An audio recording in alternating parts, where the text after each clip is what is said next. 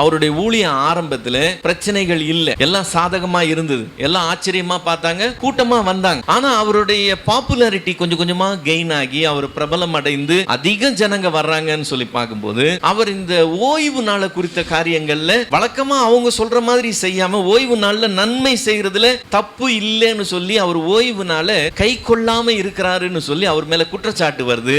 அதனால அவரை கொலை செய்யணும்னு சொல்லி பொறாமையினால அவர் மேல இருக்கிற வெறுப்புனால அவரை கொலை செய்யணும்னு சொல்லி அவங்க ஆலோசனை பண்ணுகிற அந்த டைம் வருது. அதாவது அவருடைய ஊழியம் ஆரம்பிச்சு ஏறக்குறைய 1.5 வருஷம் கழிச்சு உச்சகட்டத்தில் இருக்கும்போது, அவருக்கு எதிர்ப்பும் உச்சகட்டத்தில் இருக்கும்போது, அந்த சூழ்நிலையில தம்முடைய சீஷர்களை கூப்பிட்டு அவர் இந்த வசனங்களை சொல்றார். எதுக்காக சொல்றாரு? அந்த சூழ்நிலையில ஜெயமாய் ஜீவிச்சு வெளியே வர்றது, இவ்வளவு எதிர்ப்புகள் மத்தியில ஜெயமாய் ஜீவிச்சு வெளியே வர்றதுக்கு இந்த மலை பிரசங்கத்துல சொல்லப்பட்ட வார்த்தை ரொம்ப யூஸ்ஃபுல்லா இருக்கும்.